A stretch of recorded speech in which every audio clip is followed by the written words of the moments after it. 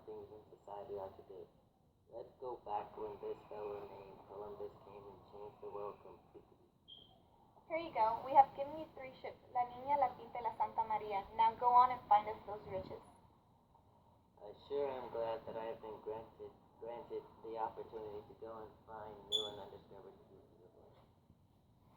Well, as you can tell, today we will be discussing over a period of time called the Colonial Era. The time period where the exchange of disease and the encounter of European and native were occurring. As told before, back when Columbus first sailed in August 3rd of 1492, he was in search for riches, and not to mention he was out to see if the theory of the world being flat was true or not, resulting to be that the world isn't flat.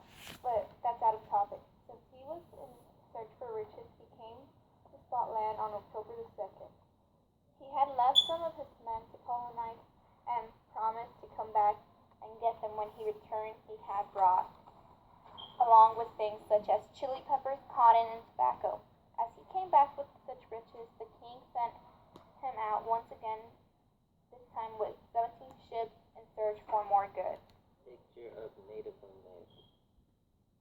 As time went by, it had been obvious that there were people that were already inhabiting that part of land, but that did not stop Columbus and his people. They followed his orders to take charge and strip them of their riches, such as food and gold. It finally came to a point where Columbus had started the massacre of the Native Americans. Animals.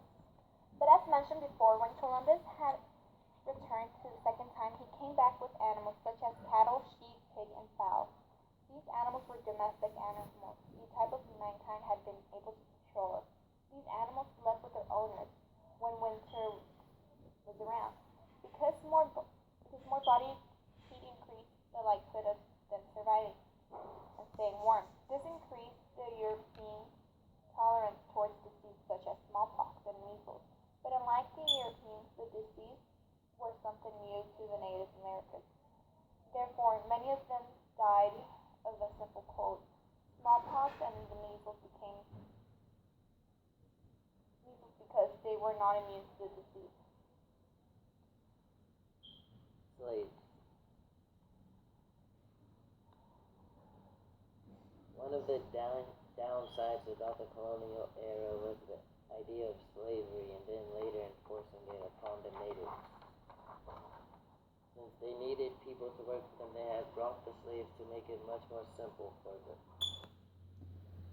Well, as you can tell, the colonial era had to do with exchange of disease, riches, food, and the encounter of the Europeans and Native Americans. This had impacted us and how we are today.